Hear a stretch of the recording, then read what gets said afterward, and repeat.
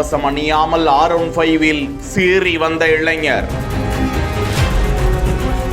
XL வாகனத்தில் தாயை ஏற்றி கொண்டு வந்தவர் மீது அதிவேகமாக மோதி கோர விபத்து.